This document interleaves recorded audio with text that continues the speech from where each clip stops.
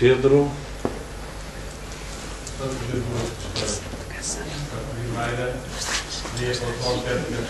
Fala mais alto, Pedro, por favor. Falar mais alto. O teto cantal parece-me que foi uma caracterização um bocadinho precipitada, considerares a morte dele como ligada com o budismo. Eu não considero, eles é que consideram.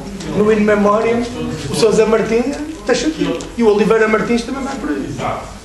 Porque a morte dele foi muito causada pela situação de ter aquela dificuldade para dormir, e a segunda mais grave foi de terem retirado das filhas dos Margarelos que ele estava a educar e que dedicaram esse ato mais violento direto. Agora, a questão interessante realmente seria essa, não que referiste em relação a essa parte do poema, já que é muito interessante, o conhecimento mais profundo que ele tem, não é? Conseguiste referenciar já se será naqueles livros do Wargrave Jennings ou noutros em que encontras essas questões do Nirmankara, etc. E isso não conseguiste ainda referenciar as fontes? Ainda não conseguiste? Não. Nem consigo datar. Nem a Teresa Rita Lopes, que editou o Shakyamuni, que não há outras edições, só a da Teresa Rita Lopes, do Shakyamuni, pelo menos que eu conheço. E nem ela consegue datar os fragmentos. Que são bastante difíceis de ler, não sei se te debruçaste sobre eles. Juvenil inicial, vai-se claramente. Pois. Agora, no Wargrave Jennings, eu leio isso com capacidade de tomar portanto, com um passo, depois escreve essa carta os óculos diz esta impressão de absoluta que me está a fazer, senti eu já quando li o Wargrave Jennings, etc. Agora, aí também talvez fazer um bocadinho que termo de business esotérico é um termo extremamente infeliz, porque de facto aquilo não tem nada de budismo, aquilo é uma misturada feita pelo Osócio oficial de budismo e filosofia, etc. Portanto, não tem praticamente nada a ver com o budismo. Ao qual depois se tenha conduzido ao budismo e tenha escrito o catecismo, etc. E aí já há algum conhecimento do budismo que se tem mal no Acabaste. Sobre essa questão, dás-me que eu continuo com o Mora, porque além do Mora ter feito aquela confusão deliberada entre budismo e cristianismo, que servia o seu propósito de uma cruzada moralista. Ele estava, quer dizer, o budismo que ele estava a ter contacto por esse lado era claramente muito humanitarista, como o cristianismo, portanto, nem é confusão, ele utiliza esse termo. Pois, do ponto de vista do Mora, o budismo e o cristianismo, nesse ponto, sobre o humanitarismo, confundem-se, não é? Nesse ponto são análogos, por assim dizer.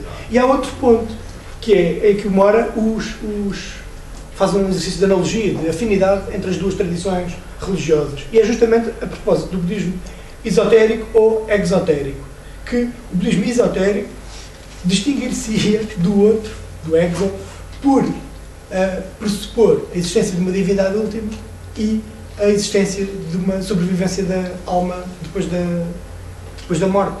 Bom, e isto permite ao Mora usar argumentos antiteodiceicos quando trata do budismo.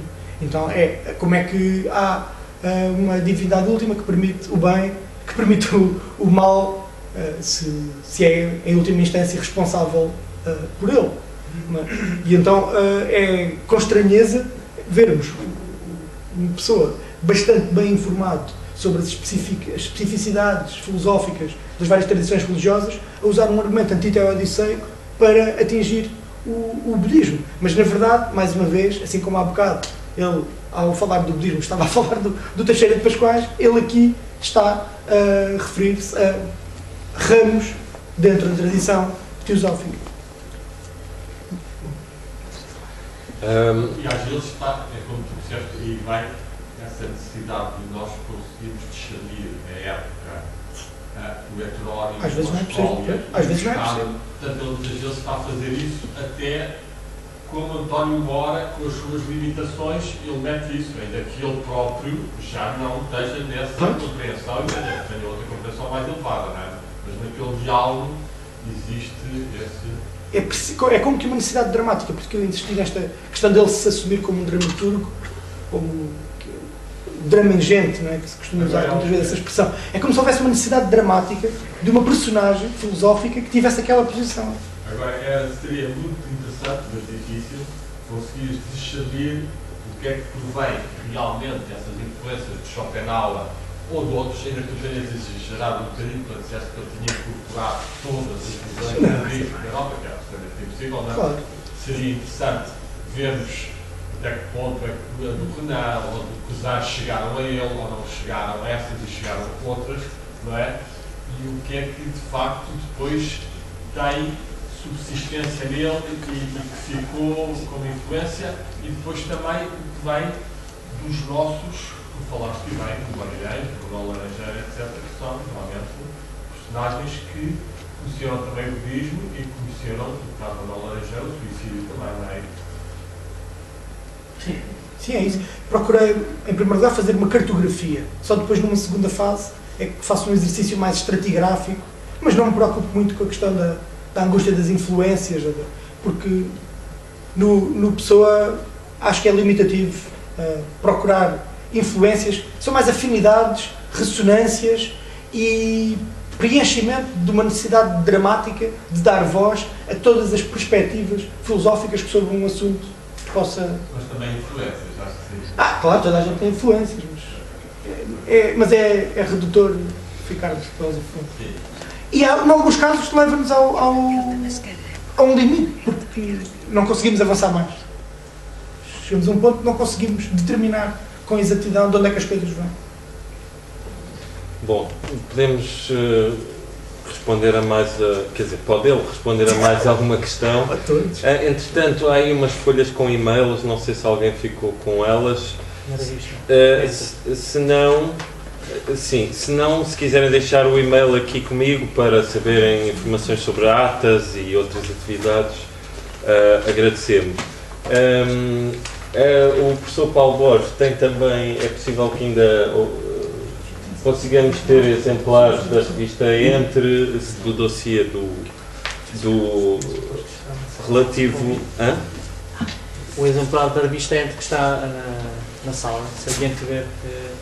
Pode entregar. Sim, claro. Sim. E pronto, alguém quer colocar uma última questão, até aos vários intervenientes?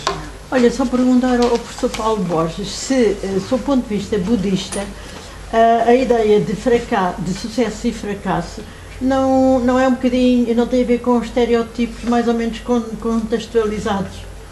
Essa ideia de sucesso e de fracasso. Sim, quer dizer, do ponto de vista budista, o sucesso é libertar-nos da ideia de sucesso e de fracasso. Aqui, isso é que é a libertação. É evidente. É claro que isto é um juízo relativo. O que eu procurei, quer dizer, não sei se dei essa impressão, mas eu procuro não ser eu a fazer esse juízo. Porque me parece que no próprio Pessoa, por vezes surge um sentimento um pouco amargurado de que qualquer coisa falhou na sua vida. Sim.